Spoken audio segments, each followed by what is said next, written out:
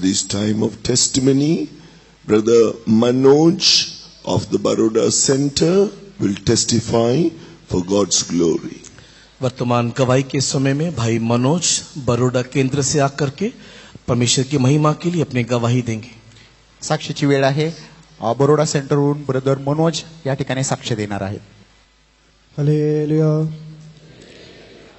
परमेश्वर का नाम का धन्यवाद करता हूँ कि परमेश्वर ने सभी पवित्र संतों के सामने और आप पवित्र लोगों के सामने गवाही बनने के लिए परमेश्वर ने अनुग्रह दिया, इसलिए धन्यवाद करता हूँ. परमेश्वराच्या नावाला धन्यवाद देत आहे. परमेश्वराने पवित्र संतांच्या समोर आणि तुम्हा सर्वांसमोर या ठिकाणी साक्ष म्हणून उभं केलं आहे, म्हणून परमेश्वराच्या नावाची स्तुती करतो. मैं योग्य नहीं था, फिर भी परमेश्वर ने अपने अनुग्रह के द्वारा मुझे गवाही देने के लिए योग्य बनाया. परमेश्वर का धन्यवाद करता हूँ. आणि मी योग्य नव्हतो, परंतु परमेश्वराने त्याच्या कृपेद्वारे या ठिकाणी साक्षीसाठी मला योग्य केलं आहे. मेरी गवाही इस प्रकार है. माझी साक्ष अशी आहे. मेरा नाम मनोज कुमार है. माझं नाव मनोज कुमार आहे. मैं जम्मू कश्मीर का रहने वाला. मी काश्मीर या ठिकाणी राहणार आहे. एक ऐसे परिवार से हूँ जो मसीह परिवार को बिल्कुल भी नहीं जानता था. आणि अशा कुटुंबातून मी येतो ज्या ठिकाणी ते कुटुंब ईश्वर ख्रिस्ताला ओळखत नव्हतं. परिवार में सबसे छोटा मैं था आणि कुटुंबामध्ये सर्वात लहान मी होतो. और देखा जाए तो मुझे बचपन से ही पढ़ाई करने का ज्यादा शौक नहीं था.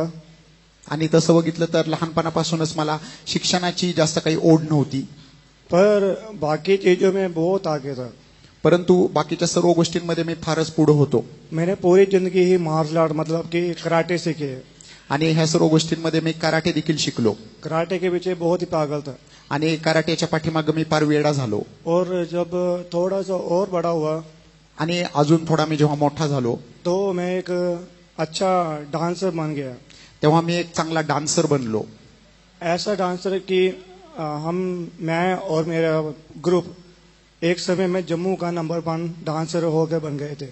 आणि अशा प्रकारे मी डान्सर बनलो की मी आणि माझा जो ग्रुप होता तो जम्मूमध्ये सर्वात प्रथम असा वरचा असा होतो. मैं ऐसा डांसर था कि कहीं भी जाने से मुझे कोई हरा नहीं सकता था. आणि मी अशा प्रकारे डान्स करत असे की ज्या ठिकाणी मी जात असे त्या ठिकाणी मी कधीच हरत नसे. पर एक दिन ऐसा हुआ कि जब मेरे पिता का देहांत हुआ. परंतु एक दिवस आला माझे वडील ते वारले. उसके बाद मैं पापा के याद में कमजोर होता रहा. आणि वडिलांच्या आठवणीमध्ये मी फारच अशक्त झालो. दिन भी दिन मैं कमजोर होता रहा.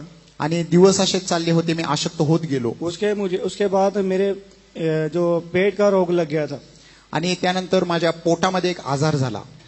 वो पेट का रोग ऐसा था कि पूरा दिन रात मेरे पेट में दर्द रहता था. आणि तो पोटाचा आजार असा होता की दिवस आणि रात्र माझ्या पोटामध्ये ते वेदना होत असत.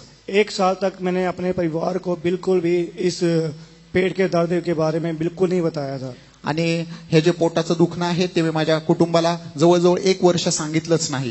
पर ज्यादा दर्द होने के कारण मुझको अपने परिवार को वो दर्द के बारे में बताना पड़ा. परंतु त्या गोष्टी खूपच वाढल्याने मला त्या गोष्टी माझ्या कुटुंबाला सांगाव्या लागल्या. ये पेट का दर्द मेरा इतना ज्यादा था कि ना मैं सो पाता था ना जाग पाता था. आणि ते पोटाचं दुखणं एवढं वाढलं होतं की मी जागू शकत नव्हतो आणि झोपू पण शकत नव्हतो. दिन रात मेरे सामने ही होते थे. दिवस आणि रात्र माझ्या पुढे असेच चालले होते. क्योंकि 1 मिनट आंख बंद करने से मेरा दर्द इतना ज्यादा हो जाता था जैसे एक मछली को पानी से निकाल के बाहर रख देते थे, उसी तरह मैं भी तड़पता था. आणि 1 मिनिट पण मी माझा डोळा बंद करू शकत नव्हतो. जसा एक मासा पाण्याच्या बाहेर टाकला जातो आणि तडफडतो तशी माझी अवस्था झाली होती. जैसे सामने घड़ी रहती थी तो घड़ी को मैं दिन रात वही घड़ी देखता रहता. मेरे सामने ही दिन होता था और मेरे ही सामने ही रात होती थी. आणि माझ्यासमोर जे भिंतीवर लावलेलं घड्याळ असे मी त्या घड्याळाकडे पाहत असे आणि माझ्या पुढे दिवस येत असे, माझ्याच पुढे रात्र होत असे. मेरे पेट का दर्द ऐसा था माझ्या पोटाचं दुखणं असं झालं कि उसके कारण मैं इतना कमजोर हो गया कि मेरी आंखें भी धुंधली हो गई थी. आणि मी एवढा अशक्त झालो की माझ्या डोळ्याने मला नीट पाहता येईना. यहाँ तक कि मैं खड़े भी नहीं हो पा रहा था. नंतर मला उभं देखील राहता येत नव्हतं. और ऐसा हो गया था कि दीवारों को पकड़ के मुझको चलना पड़ता था. आणि अशी परिस्थिती झाली की मी भिंतीला पकडून चालत असे. मेरे परिवार ने मेरे लिए बहुत जगह डॉक्टरों को बताया, पर किसी को मेरे भी दर्द का कुछ भी समझ में नहीं आया. माझ्या कुटुंबाने इकडे तिकडे खूप डॉक्टर्सला सांगितलं, परंतु कोणालाच कुठल्याच त्या वेदनेविषयी काही समजाना. यहाँ तक कि दिल्ली गए, चंडीगढ़ गए और कोई जगह कहीं छोड़ा नहीं जहाँ पर हम डॉक्टर के पास नहीं दिखाया. आणि डॉक्टर शोधत शोधत आम्ही दिल्लीला गेलो, चंदीगडला गेलो आणि आम्ही कुठंच तो तपास थांबवला नाही. हर एक डॉक्टर कोई ना कोई नई नई बीमारी बताता था. आणि प्रत्येक डॉक्टर ही गोष्ट जी आहे तो एक वेगळा आजार आहे असं सांगत होते. कोई बोलता था कि तेरे पेट में स्टोन है, काही लोक सांगत की तुझ्या पोटामध्ये दगड आहे, या कोई बोलता था शायद तुझे टीबी है. नाहीतर काही लोक म्हणत की तुला टीबी आहे. पर किसी को भी कंफर्म नहीं था कि मेरे पेट में क्या होता था. परंतु कोणालाच हे नक्की माहिती नव्हतं की माझ्या पोटामध्ये काय होत आहे. 3 साल तक मैं खाना ढंग से नहीं खा पा रहा था. 3 वर्षापर्यंत मला नीट रीतीने जेवता येत नव्हतं.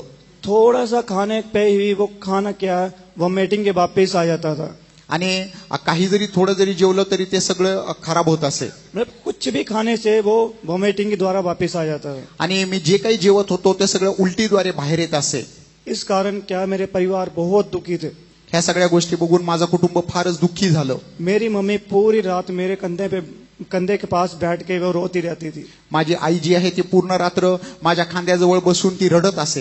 पर मेरी जो ओन सिस्टर है, वो जो उनका जो शादी है वो टीपीएम के परिवार में हुआ था. आणि माझी जी बहीण आहे तिचं लग्न जे आहे ते ह्या टीपीएम मंडळीमध्ये झालं होतं. उन्होंने बोला कि मम्मी आप ऐसे करो कि इनको आप हमारे चर्च में ले आओ तो वो ठीक हो जाएगा. आणि बहिणीने आईला सांगितलं की भावाला तू आमच्या ह्या मंडळीमध्ये घेऊन ये आणि तो बरा होईल.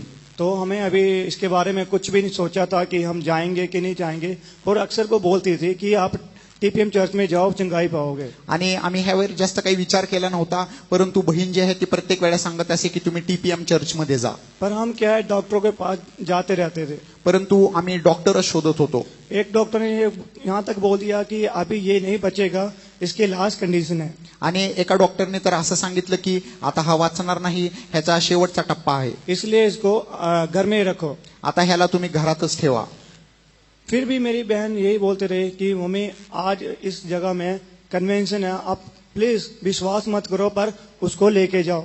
आणि त्या ठिकाणी माझी बहीण म्हणत असे की या ठिकाणी एक कन्व्हेन्शन आहे, आई तुम्ही कृपया करून त्याला तिथं घेऊन या. और मैंने बोला कि नहीं, हमने नहीं जाना है चर्च में, मरने को मर जाऊंगा, चर्च नहीं जाऊंगा और ना ही मुझे कोई प्रार्थना करना है. आणि मी असं म्हणत असे की मी मेलो तरी चालेल, मला चर्चमध्ये जायचं नाही, मला ह्या प्रार्थना वगैरे करायच्या नाही. पर उन्होंने, मेरी जो सिस्टर है उसने बहुत रिक्वेस्ट करके मुझे मनाया. परंतु माझ्या बहिणीने खूपच विनंती करून कसं तरी माझं मन वळवलं. मैंने कहा चलो ठीक है, एक बार हम ऐसे करेंगे, पहले डॉक्टर के पास वापस जाएंगे, उसके बाद हम शायद अगर परमेश्वर की इच्छा होगी तो हम चर्च में जाएंगे. तर मी असा विचार केला की आपण शेवटी एकदा डॉक्टरांकडे जाऊन बघूया, आणि जर मग परमेश्वराची इच्छा असेल तर मग आपण चर्चमध्ये जाऊया. क्योंकि मेरा अभी भी इलाज चल रहा था. कारण माझा जो काही मेडिकल तपासणी अजून चालू होती. तो मैं जिस डॉक्टर के पास गया था वो तो डॉक्टर एकदम ही हैरान हो गया. आणि ज्या डॉक्टरकडे मी तपासणीसाठी गेलो होतो ते फारच एकदम पूर्ण रीतीने ते घाबरून गेले. मैंने डॉक्टर को पूछा, सर क्या हुआ, आप एक से हैरान क्या हुआ, क्या मैं बिल्कुल भी बीमार हो गया हूँ, मैं बचने वाला नहीं हूँ क्या. मी त्या डॉक्टरांना विचारलो, डॉक्टर तुम्ही एवढे का घाबरून गेला आणि माझा आजार एवढा वाढलेला आहे का की मी वाचणारच नाही. डॉक्टर ने बोला नहीं ऐसा बात नहीं, आप तो ठीक हो रहे हो. डॉक्टर म्हटले अशी गोष्ट नाहीये, खरं तर तू आता आरोग्य प्राप्त करत आहेस. तो मैंने बोला सर शायद आपने जो दवाई दी है, जो टैबलेट दी है, शायद उसके कारण होगा. मी त्यांना म्हणालो की कदाचित डॉक्टर तुम्ही जे काही गोळ्या औषधं मला देत आहात त्याच्यामुळे होत असेल. पर डॉक्टर बोला नहीं ऐसा नहीं है, क्योंकि जो टैबलेट मैंने दी है वो कम से कम 6 महीने का कोर्स है. ते डॉक्टर म्हणाले तसं काही नाहीये, कारण मी ज्या काही गोळ्या तुला दिल्या होत्या, औषधं दिली होते, फक्त 6 महिन्यासाठी होत्या. और आपको अभी 1 हफ्ता ही हुआ है, 1 हफ्ता ही टैबलेट लेते हुआ है. आणि ते म्हणाले की गोळ्या औषधं घेऊन तर फक्त तुला 1 आठवडा झाला आहे. फिर मैंने सोचा शायद ये हमारा जो हमने परमेश्वर के बारे बोला है, शायद परमेश्वर ने ही चंगाई दी है. तेव्हा मला असा विचार आला की कदाचित परमेश्वर मला आरोग्य देत असेल. तब मैंने मम्मी को बोला कि मम्मी हाँ ऐसा कुछ हो रहा है, तो ऐसे करते हैं कि हम कन्वेंशन में जाके देखते हैं. आणि मी मम्मीला म्हणालो की आई मला असं काहीतरी होत आहे, आपण कन्व्हेन्शनला जाऊन बघूया. मेरे घर में सिर्फ मेरे लिए सिर्फ 200 रुपए थे. माझ्या घरामध्ये आमच्याकडे फक्त आता 200 रुपये होते, क्योंकि मेरे परिवार ने पूरा अपना जितना भी पैसा था वो मेरी बीमारी के ऊपर लगा दिया था। कारण माझ्या कुटुंबाने जेवढा त्यांच्याकडे होता तेवढा सगळा पैसा माझ्या आजारावर ठेवला और होता। जिस दिन हमने जाना था उस टाइम सिर्फ घर में 200 रुपए थे, आणि ज्या दिवशी आम्हाला कन्व्हेन्शनला जायचं होतं तेव्हा फक्त घरामध्ये 200 रुपये होते, वो भी सिर्फ घर के सामान के लिए रखा था। आणि ते पण पैसे फक्त घराच्या सामानासाठी होते। तब मेरे भाई ने बोला कि मम्मी आप ले जाओ, आप ये 200 रुपए ले जाओ, मैं कहीं ना कहीं एडजस्ट कर लूंगा, कहीं से मांग लूंगा। तेव्हा माझा भाऊ म्हणाला की आई तुम्ही ह्यांना कसे घेऊन जा आणि मी बाकीचं काहीतरी ऍडजस्ट करतो। मैं और मम्मी घर से निकल गए, पर हमें कन्वेंशन कहाँ है, कन्वेंशन ग्राउंड कहाँ है, बिल्कुल भी नहीं मालूम। मी आणि माझी आई घराच्या बाहेर पडलो, परंतु कन्व्हेन्शन कुठं आहे, कन्व्हेन्शन ग्राउंड कुठं आहे आम्हाला काहीच माहिती नव्हतं। परमेश्वर नाम की स्तुति करता हूँ। परमेश्वरावर स्तुती करतो। जहां पर मैं दीवार पकड़ के चलता था वहां पर मैं कितने घंटों से अपने बल पे चल रहा था। आणि ज्या परिस्थितीमध्ये मी भिंतीला पकडून चालत होतो त्याच ठिकाणी आता मी कितीतरी तासांसाठी चालू लागलो। और बार बार मम्मी को यही बोलता, मम्मी मैं कैसे चल पा रहा हूँ, मैं तो अभी चल भी नहीं पा रहा था, अभी मैं रोड पे ऐसे घूम रहा हूँ। आणि मी आई वडिलांना हेच म्हणत होतो की पप्पा मी तर चालू पण शकत नव्हतो, परंतु आता मी रस्त्यावर चालत आहे। तो मम्मी ने बोला कि परमेश्वर की इच्छा है, उसने तुझको चंगाई दी है। आणि आई म्हणाली की हो परमेश्वराची इच्छा आहे आणि परमेश्वरच तुला आरोग्य देत असेल। पर हमें चलते चलते हमें रात हो गई थी, हमें उस रोड में कोई भी गाड़ी नहीं थी और ना ही हमें कन्वेंशन ग्राउंड के बारे में मालूम हुआ। आणि चालत चालत आता रात्र झाली होती, कन्व्हेन्शन कुठं आहे, कन्व्हेन्शन ग्राउंड कुठं आहे आम्हाला माहिती नव्हतं। कोई भी गाड़ी उस टाइम रुक ही नहीं रही थी, आणि त्या ठिकाणी कुठलीच गाडी आमच्यासाठी थांबत नव्हती। तो हम थक के एक ब्रिज के नीचे बैठ गए थे। चालून चालून आम्ही थकलो आणि एका ब्रिजच्या खाली येऊन थांबलो। वहां पर हम एक ऐसा इंसान आया, हमको मालूम नहीं वो इंसान कहाँ से आया। उन्होंने पूछा कि आप कहाँ से आए हो, कहाँ जाना है। तब हमने बताया कि हमने इस जगह में जाना है, कोई भी गाड़ी नहीं रुक रही। आणि एक व्यक्ती तिथं आला, तो व्यक्ती कुठून आला आम्हाला माहिती नाही। तो म्हणाला तुम्हाला कुठे जायचं आहे, आम्ही सांगितले की आम्हाला अमुक अमुक ठिकाणी जायचं आहे। उन्होंने बोला ऐसा क्या, रुको मैं अभी गाड़ी रुकवाता हूँ। आणि ते म्हणाले असं आहे का, थांबा मी तुमच्यासाठी गाडी थांबवतो। उस आदमी ने सिर्फ एक हाथ दिया और गाड़ी रुक गई। आणि त्यांनी फक्त एक हाक मारली आणि गाडी थांबली। जब उन्होंने बोला कि इस गाड़ी में बैठ जाओ, यही गाड़ी वो डायरेक्ट आपको उसी ग्राउंड में पहुंचाएगी। आणि ते म्हणाले की ह्या गाडीमध्ये बसा, ही गाडी तुम्हाला कन्व्हेन्शन ग्राउंडला घेऊन जाईल। जब हम गाड़ी को देखने लगे तो पीछे देखा वो आदमी गायब हो गया। आणि त्या गाडीला आम्ही पाहिलं, पाठीमागे बघितलं तर तो मनुष्य कुठं आहे, तो मनुष्य तिथून गायब झाला होता। 1 मिनट में वो आदमी गायब हो गया। एका मिनिटामध्ये तो मनुष्य तिथून अदृश्य झाला। लेकिन हमें परमेश्वर का धन्यवाद करता हूँ कि परमेश्वर ने सही जगह हमें पहुंचाया। परमेश्वराच्या नावाला धन्यवाद देतो, परमेश्वराने त्या योग्य ठिकाणी आम्हाला नेलं। कन्वेंशन ग्राउंड में पहुंच के मुझको कभी मैं गया नहीं था, कभी देखा नहीं था, इसलिए मैं बाहर ही बैठ गया।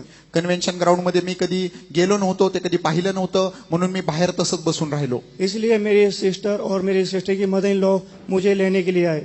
माझी बहीण आणि बहिणीची सासू जी आहे ती मला घेण्यासाठी बाहेर आले। उन्होंने मुझे सबसे आगे बिठाया। ते मला घेऊन आले आणि सर्वात पुढे त्यांनी बसवलं। अभी आगे बैठ के मुझको कुछ भी बोलना नहीं आता था, मुझे कुछ कहना नहीं आता था। मैंने इतना ही कहा, हे परमेश्वर मुझको प्रार्थना करने नहीं आता, जैसे प्रार्थना करूंगा तो एक्सेप्ट कर लेना। आणि मी पुढे बसलो, मला काहीच बोलायला समजत नव्हतं, प्रार्थना करायची माहिती नव्हती। मी परमेश्वराला एवढंच म्हटलं, हे परमेश्वरा मला प्रार्थना करता येत नाही, मी जे काही बोलणार आहे तेवढं फक्त तू स्वीकार। उस दिन जब प्रार्थना करते करते वो पहला दिन खत्म हो गया था। आणि प्रार्थना करून करून तो पहिला दिवस तसा संपला। जब रात को खाने के समय आया, रात्री जेव्हा जेवणाची वेळ झाली तो मैं इतना डर गया था, क्योंकि फिर से मुझे खाना पड़ेगा और फिर मुझे दर्द स्टार्ट हो जाएगी। आणि त्या ठिकाणी जेवत असताना मला एवढी भीती वाटली की आता मी जेवणार आहे आणि परत एकदा वेदना सुरू होतील। मैं इतना डर गया था कि मैंने खाना मना कर दिया था। आणि मला एवढी भीती वाटत राहिली की मी ते जेवणच वर्ज केलं। पर मेरी बहन ने बोला, यहाँ पर जो भी कुछ होता वो प्रार्थना के द्वारा होता है, इसलिए आप विश्वास करके खाओ। माझी बहीण मला म्हणाली की या ठिकाणी जे काही जेवण केलेलं आहे सगळं प्रार्थनेद्वारे केलेलं आहे, तू हे जेवण घे। आप मानो कि नहीं, उस दिन मैंने 3 साल जो खाना नहीं खाया, उस दिन भर पेट वो खाना खाया। तुम्हाला विश्वास वाटणार नाही, 3 वर्षांपर्यंत मी नीट जेवलो नव्हतो, पण त्या दिवशी मी पोट भरून जेवलो। और पेट में बिल्कुल भी दर्द नहीं हुआ। तेव्हा माझ्या पोटामध्ये थोडं पण काही दुखलं नाही। पूरी रात में शांति से सोया। पूर्ण रात्र मी शांतीने झोपलो। अगले दिन फिर हमें सुबह कन्वेंशन में जो दूसरे दिन की मीटिंग थी, आणि कन्व्हेन्शनचा दुसरा दिवस होता। जब मैं प्रार्थना कर रहा था मी प्रार्थना करत होतो तभी मैंने ऐसे बोला मुझे प्रार्थना नहीं आता, जैसे मैं प्रार्थना करूंगा तो सुन लेना। आणि मी तसंच म्हणालो की परमेश्वरा मला प्रार्थना करता येत नाही, मी जे काही प्रार्थना करणार आहे तू स्वीकार। तो मैं सिर्फ यीशु मसीह की लहू की है, यीशु मसीह की लहू ये इतना ही बोलता था। मी फक्त येशू रक्त असं फक्त म्हणत होतो। तब किसी ने आकर मेरे सर पे हात रखा और बोला यीशु मसीह की लहू की बोल, यीशु मसीह की लहू की जय बोल। आणि कोणीतरी माझ्या डोक्यावर हात ठेवून माझ्या डोक्यावर हात ठेवला आणि ते म्हणाले की येशू रक्ताचं जय, येशू रक्त जय असं तू म्हण। जब उसने मेरे सर पे हाथ रखा और मेरा शरीर 2 फीट तक उछलने लगा। जेव्हा त्या व्यक्तीने माझ्या डोक्यावर हात ठेवला तेव्हा माझं शरीर 2 फुटापर्यंत वर उडू लागलं और मैं अपने आप में नहीं था, मुझे ऐसा लग रहा है कि आसमान में मैं उड़ रहा हूँ। आणि मला काहीच समजत नव्हतं, सुधरत नव्हतं, मला असं वाटू लागलं की मी आकाशात उडत आहे। उस टाइम पूरे अभिषेक में मुझको ऐसे उछल उछल के मेरे को अनुभव हुआ। आणि त्या अभिषेकाने मला एवढं भरलं, मी उड्या मारू लागलो। जब मीटिंग खत्म हुई तो मैं सबसे पूछने लगा क्या तूने वो देखा जिसने मेरे ऊपर सर पे हाथ रखा है? आणि मीटिंग संपल्यानंतर मी सर्वांना विचारू लागलो की माझ्या डोक्यावर ज्याने हात ठेवला होता त्याला तुम्ही बघितलं का? वो सब बोलने लगे यहाँ पर पांव रखने की जगह नहीं है, तो तेरे ऊपर सर पे कौन हाथ रखेगा? आणि ते म्हणाले की ह्या ठिकाणी पाय ठेवण्यासाठी कोणाला जागा नाही आणि तुझ्या डोक्यावर कोण हात ठेवणार आहे? फिर जब मीटिंग खत्म हुई तो मैं अपने सबसे पहले अपनी बहन के पास गया। आणि मीटिंग संपल्यानंतर मग मी सर्वात प्रथम माझ्या बहिणीकडे गेलो। मेरे बोलने से पहले ही वो मुझे बोलने लगे तुझे क्या हुआ, तू इतना उछल रहा है? आणि मी बोलण्याआधीच माझी बहीण मला म्हणाली की तुला काय झालं, तू एवढ्या उड्या का मारत आहेस? तब मैंने बोला कि मेरे हाथ सर पे किसी ने हाथ रखा और मेरा शरीर उछलने लगा। आणि मी तिला सांगितलं की माझ्या डोक्यावर कोणीतरी हात ठेवला होता आणि माझं शरीर असं उडू लागलं। मेरी सिस्टर और उनकी मदर इन लॉ उन्होंने बोला हमने तुझको उछलते हुए देखा है, पर किसने हाथ रखा ये हमने नहीं देखा। ते माझी बहीण आणि तिची सासू म्हणाली की आम्ही तुला उड्या मारताना बघितलं, परंतु तुझ्या डोक्यावर कोणी हात ठेवला हे आम्ही बघितलं नाही। क्योंकि वो पूरी मीटिंग में मुझे ही देख रहे थे, कारण पूर्ण मीटिंग भर ते फक्त माझ्याकडे पाहत होते। तब वो मुझे वो बोलने लगे तू शायद चुना हुआ है। ते मग नंतर मला असे म्हणू लागले की कदाचित तुझी निवड झाली असेल। पर मुझे इस बात का मालूम नहीं था कि ये चुना हुआ क्या होता है। परंतु निवडलं जाणं ह्याचा अर्थ काय मला बिलकुल ठाऊक नव्हतं। मैंने बोला शायद ऐसे कुछ बोल रहे होंगे, कुछ बात होगी, इसलिए मैंने उनको ज्यादा उसमें इंटरेस्ट नहीं लिया। आणि मला असं वाटलं की कदाचित हे काहीतरी असं बोलत असतील, त्या गोष्टीमध्ये मी जास्त रुची दाखवली नाही। इस तरह से मेरा दूसरा जो कन्वेंशन का हमारा दूसरा दिन खत्म हो गया था आणि कन्व्हेन्शनचा तो दुसरा दिवस तिथं तसा संपला। पर तीसरे दिन में फिर जब हम प्रार्थना करने लगे, तिसरा दिवस आला, आम्ही प्रार्थना करू लागलो। वही बात मैं वापस बोल रहा था यीशु मसीह की लहू की जय, यीशु मसीह की लहू की जय।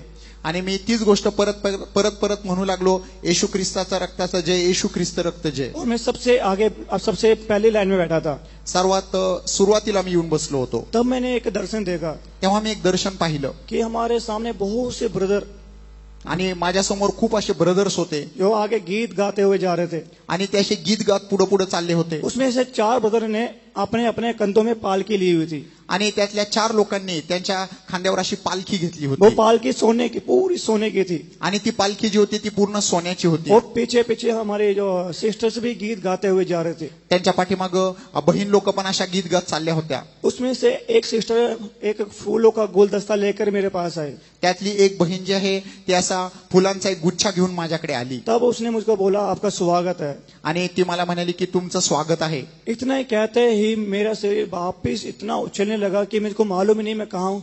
मैं आंख खोलते हुए आकाश को देख रहा हूँ। आणि ती गोष्ट तशी त्यांनी म्हणाल्यानंतर मला समजलं नाही काय चाललेलं आहे। माझं शरीर परत एकदा उड्या मारू लागलं, मला फक्त आकाश दिसत होतं। मैंने आंख खोली है पर मुझको कुछ नहीं, सिर्फ बादल और आकाश ही दिख रहा है। माझे डोळे तर उघडले होते, मला दुसरं काहीच दिसत नव्हतं, फक्त आकाश आणि ढग दिसत होते। इसी तरह फिर मैं जब मीटिंग खत्म हुआ तो वापिस अपने परिवार के पास गया और ऐसा बताया। आणि मीटिंग संपल्यानंतर मी माझ्या कुटुंबाकडे गेलो आणि ह्या गोष्टी त्यांना सांगितल्या। तो जो मेरी बहन थी वो मुझे अपने सेवकों के पास लेके गए आणि बहीण जी आहे ती मला सेवकांकडे घेऊन गेली। तो वो भी यही बात बोलने लगे कि शायद ये चुना हुआ है। तेव्हा ते देखील हीच गोष्ट म्हणू लागले की कदाचित तुझी निवड झाली असेल। मुझे इस बात का पता नहीं था कि ये चुना हुआ क्या होता है, परंतु हे निवडलं काय आहे हे मला काही माहिती नव्हतं। पर धीरे धीरे जैसे विश्वास में आने लगा, उद्धार पाया, परंतु मी विश्वासामध्ये आलो, माझं तारण झालं। तब परमेश्वर ने मुझसे वचनों के द्वारा बात किया। तेव्हा परमेश्वर माझ्याबरोबर वचनाद्वारे बोलू लागला, दर्शनों के द्वारा बात किया, दर्शनाद्वारे तो दाखवू लागला. पर कभी भी मुझको इस बात का मालूम नहीं था कि चुना हुआ क्या होता है. तरी देखील निवडलं जाणं ह्याचा अर्थ काय मला समजलं नव्हतं. तब हम एक ब्रदर से पूछा ये चुना हुआ क्या होता है. तेव्हा एका ब्रदरला मी विचारलं की हे निवडलं जाणं ह्याचा अर्थ काय असतो. तब उन्होंने बुलाया कि परमेश्वर ने तुझे अपनी सेवा के लिए बुलाया है. तेव्हा ते मला म्हणाले की परमेश्वराने तुला त्याच्या सेवेसाठी आता निवडलेलं आहे. मैं बोला कि नहीं, मुझे ऐसे सेवा में मुझको मालूम नहीं सेवा क्या होती है, कैसे होती है, मैं कैसे चुना गया. आणि मी त्यांना म्हणालो की मला तरी सेवा काय आहे, कशी आहे मला माहिती नाही आणि माझी निवड कशी काय झाली. पर फिर भी परमेश्वर का प्रेम ने मुझको आगे बढ़ाता रहा. तरी देखील परमेश्वराचं प्रेमच होतं, ते मला पुढे घेऊन गेलं. 2011 मेरा बपतिस्मा लिया 2011 मध्ये माझा बाप्तिस्मा झाला. और परमेश्वर ने मुझको इसी तरह सच्चाई में आगे बढ़ने के लिए मुझको मदद किया. परमेश्वराने ह्या सत्यामध्ये पुढे जाण्यासाठी माझी मदत केली. मैं जब भी प्रार्थना करता तो एकदम से मेरे शरीर में एकदम से अभिषेक से भर जाता था मैं. आणि मी जेव्हा केव्हा प्रार्थना करत असे एकदमच माझ्या शरीरामध्ये अभिषेक काम करू लागत असे. पर अभिषेक क्या होता है, पवित्र आत्मा क्या होती है, ये मुझको अभी तक मालूम नहीं था. परंतु पवित्र आत्मा काय आहे, अभिषेक काय आहे हे देखील मला नीट माहिती नव्हतं. पर हमारे सेवकों ने बोला कि देखो तू चुना हुआ है, इसलिए तुझे इतनी जल्दी अभिषेक मिला और पवित्र आत्मा का दान मिला.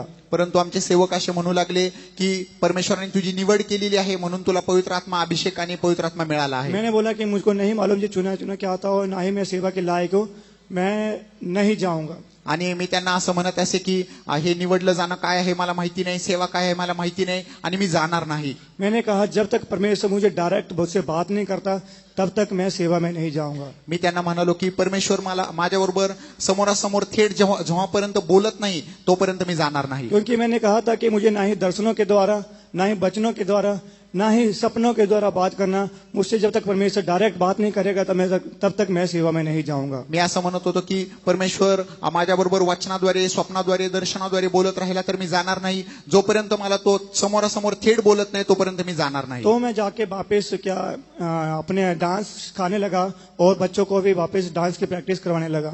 आणि मी माझ्या परतच्या जीवनामध्ये गेलो, मी डान्स करू लागलो आणि लोकांना म्हणजे मुलांना मी डान्स शिकवत होतो. पर जब मैं डांस सिखाने लगा तो वापस बीमार हो गया. परंतु मी जेव्हा डान्स करत असे तेव्हा मी परत एकदा आजारी पडलो. तब जब बीमार हुआ तो पास्टर ने फिर वापस बोला कि नहीं, तू चुना हुआ है, तुझे अलाउ नहीं है, तू सेवा में जा. तेव्हा मी आजारी पडलो. सेवक लोक मला म्हणाले की तू असा डान्स करू नको, तुझी निवड झालेली आहे, तू सेवेत जा. तब एक दिन जब मैं बैठा हुआ था इसके बारे में सोच रहा था, तब परमेश्वर ने डायरेक्ट मुझसे बात किया. एक दिवशी मी ह्या गोष्टींचा विचार करत बसलो होतो तेव्हा थेट परमेश्वर माझ्याशी बोलू लागला. परमेश्वर ने कहा कि तू मेरा है, अभी तू मेरी सेवा के लिए आ जा. परमेश्वर म्हणाला की तू माझा आहेस, माझ्या सेवेसाठी ये. उसी समय मैं अपने चर्च में जाके अपने बड़े जी को बताया. तेव्हा आमच्या चर्चमध्ये जाऊन मी सेवकांना ही गोष्ट सांगितली. तब हमारे बड़े जी हमारे पास्टर के पास लेके गए और वो तुरंत ही बोला कि तू सेवा के लिए तैयार हो जा. आणि ते ब्रदर जे आहेत ते मला मोठ्या पास्टरांकडे घेऊन गेले. ते पास्टर म्हणाले की तू सेवेसाठी तयार हो. तब 2019 को मैं सेवा के लिए सिलेक्ट किया गया. आणि मग कन्व्हेन्शन मध्ये मला सेवेसाठी वेगळं केलं गेलं. तब परमेश्वर ने मुझे 2 साल ट्रेनिंग में रहने के लिए अनुग्रह दिया. तेव्हा परमेश्वराने मला 2 वर्ष त्या ठिकाणी ट्रेनिंग मध्ये राहण्यासाठी मदत केली. ट्रेनिंग के बाद परमेश्वर ने मुझको ट्रांसफर बड़ौदा में किया. तेव्हा ट्रेनिंग संपल्यानंतर परमेश्वरने माझी ट्रान्सफर बरोड्याला होऊ दिली. इसलिए परमेश्वर ने आज तक मुझे अपने अनुग्रह के द्वारा चला के रखा है. परमेश्वराने आजवर त्याच्या कृपेने मला चालवलेलं आहे. इसलिए मैं आपसे सबसे प्रार्थना करता हूँ कि परमेश्वर आगे भी मुझे वफादारी और ईमानदारी से सेवा करने के लिए परमेश्वर मुझको चलाना चाहिए. तुमच्याकडे मी प्रार्थनेची विनंती करतो की हा पुढे देखील परमेश्वरासाठी विश्वासयोग्य रीतीने मी सेवा करावी. और परमेश्वर आप सबसे प्रार्थना करता हूँ कि आप सभी में प्रार्थना करें कि मैं परमेश्वर की सेवा तो है, परमेश्वर के द्वारा परमेश्वर के लायक बन के, परमेश्वर द्वारा परमेश्वर समान सिद्ध बन के परमेश्वर के आगमन तैयार हो सकूं. आणि तुमच्याकडे मी प्रार्थनेची विनंती करतो की परमेश्वराची जी सेवा आहे मी ते पूर्ण रीतीने करून त्याच्या आगमनासाठी मी तयार व्हावं. परमेश्वराची स्तुती असो. For the wonderful ways in which God led this brother through the sicknesses to come to know Jesus as the Lord is healer and the Lord is savior. और परमेश्वर ने अद्भुत रीति से इस भाई को चलाया. बीमारी के माध्यम से परमेश्वर अपना परिचय दिलाते हुए ये दिखाया कि परमेश्वर ही उद्धार करता है, परमेश्वर ही आरोग्यकारी है. परमेश्वराने ह्या भावाला फार अद्भुत रीतीने चालवलं. तारणारा होऊन त्याला प्रगट झाला आणि आरोग्यदाता होऊन प्रगट झालेला The आहे. Lord enabled him to see the blessing of the eating the food in the convention God blesses the bread and water and takes away sickness. और परमेश्वर ने इस बात से उन्हें आशीष की कि वो सम्मेलन में भोजन खाएं, क्योंकि जैसे लिखा है कि परमेश्वर अन्न और जल को आशीष करता है और सारे बीमारियों को दूर कर देता है. परमेश्वराने त्या भावाला हे देखील दाखवलं की कन्व्हेन्शन मध्ये जे काही जेवण आहे ते आशीर्वादित असतं आणि तुझ्या अन्नपानाला तो आशीर्वाद देत आहे, तुझ्यातले रोगराई तो दूर करत आहे. God brought him to the place to surrender, to obey in baptism, receive the baptism of the Holy Spirit, to understand the calling of God, and to surrender to this full-time ministry for the Lord who has kept him thus far. God is faithful to perfect that good work. Many young people, if the Lord has called you, do not linger, but surrender yourself. God has chosen you. If He has chosen you to Zion, surrender your life and let the Lord make your calling election sure. The Lord may raise many in our midst to serve Him and keep this brother faithful to the end. Shall we praise God? और परमेश्वर ने इस भाई को पानी का बपतिस्मा को लेने के लिए मदद किया, पवित्र आत्मा का अभिषेक को पवित्र आत्मा का अभिषेक से परिपूर्ण किया और परमेश्वर की बुलाहट को जानने के लिए, उस परमेश्वर की बुलाहट को समझने के लिए परमेश्वर ने सहायता किया और इस महान महिमा में सेवा में लेकर के आया. वैसे ही यहाँ पर कई जवान लोग को अगर परमेश्वर बुलाता है तो हे जवान, तो अपने जीवन को परमेश्वर के हाथों में उस बुलाहट के अंतर्गत अपने आप को समर्पण कर दे. परमेश्वर जो बुलाने वाला वो विश्वास योग्य है, वही आखिरी तक हमें संभालेगा. जो इस भाई को परमेश्वर ने सेवा में लेकर आया है, आखिरी तक विश्वास योग्य रीति से चलाने के लिए, आइए परमेश्वर को मिलकर धन्यवाद करेंगे. परमेश्वराने ह्या भावाला पाण्याचा बपतिस्मा घ्यायला मदत केली, पवित्र आत्मा अभिषेकाने भरलं, त्यांना सेवेसाठी वेगळं केलेलं आहे. परमेश्वर त्यांना इथपर्यंत घेऊन आलेला आहे, ह्या ठिकाणी बसलेलं. जर कोणाला परमेश्वर पाचारण देत असेल तर परमेश्वराच्या या पाचारणाला तुम्ही स्वीकारा. ज्या परमेश्वराने तुम्हाला बोलवलेला आहे तो शेवटपर्यंत तुम्हाला विश्वासयोग्य राखील म्हणून आपण स्तुती करूया. Hallelujah!